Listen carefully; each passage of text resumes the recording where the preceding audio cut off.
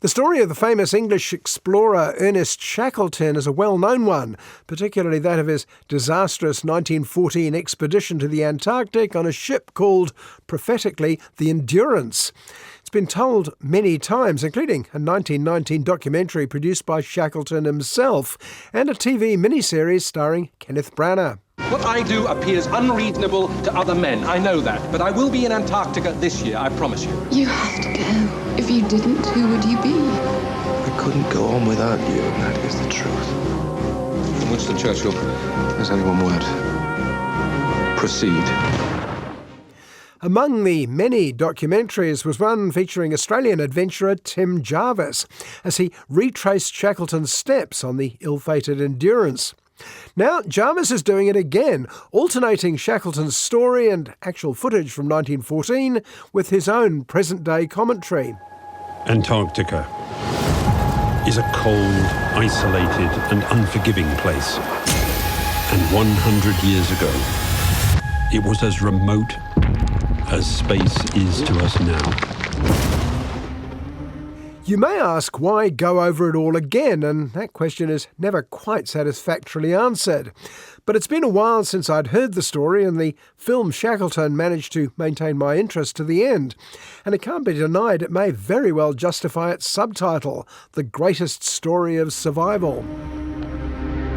In 1914, Ernest Shackleton set out to become the first man to cross the Antarctic continent. Shackleton's voyage was already a sensation months before the Endurance set sail. Thousands had applied to join the crew, but in the end just 28 were chosen, many of them called Frank for some reason. Captain Frank Worsley drove the ship as close to the Antarctic continent as he could, all the time being filmed by a daredevil cameraman called Frank Hurley.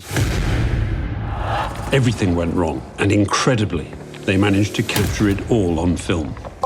Millions of tons of ice pressed upon the little ship that had dared the challenge of the Antarctic. But disaster struck. The ship became icebound, unable to go further or to go back. And this was where Ernest Shackleton showed his mettle. He realised the mission had now changed from exploration to survival and escape. The task is to reach land with all the members of the expedition. Environmental scientist Tim Jarvis, Australian explorer Tim Jarvis, is the only man to have ever recreated the harrowing journey of Ernest Shackleton. And modern-day explorer Tim Jarvis is uniquely the right man to imagine what Shackleton might have been thinking. When it became clear that they had to abandon ship, Shackleton had to decide what to take with them, how to ration food, and critically, whether to drag 3 cumbersome lifeboats across the rough terrain. Our home was being shattered under our feet. Your prospect on a piece of ice like this one, no one would ever find you. You'd be condemned to the sea forever. The journey was unbelievably daunting. They lost their way more than once, and when they finally reached solid ground, Elephant Island, that was just the first step. The worst was to come, a journey across the mountainous Southern Ocean waves in a cockleshell craft only built for the shortest of trips. Every step over unknown ground, I'd hoped that the fates would be kind to us. But the task was beyond our powers. This documentary, Shackleton, is divided between 2 narrators, Jarvis and the diary kept by Shackleton himself, which in many ways covers the extraordinary story without need of much embellishment. The temperature was 20 degrees below freezing point. Greenstreet's right foot had got badly frostbitten, but Lees restored it by holding it in his sweater against his stomach. My eyes began to fail me. I could not see or judge distance properly and found myself falling asleep at the tiller. But Tim Jarvis's commentary offers some insight into what motivates people to put themselves through such terrifying ordeals, and he also points out the effect of climate change over the past 100 years. For instance, he reaches one spot where Shackleton couldn't land because a glacier reached right down to the coastline. Today, the same spot is almost ice-free.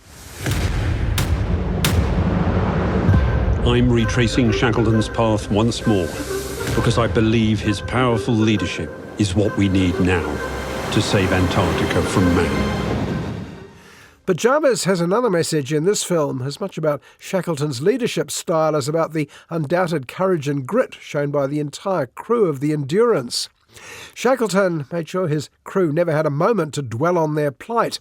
He devised games, research projects, all sorts of things to do, and most important, tasks that could be achieved.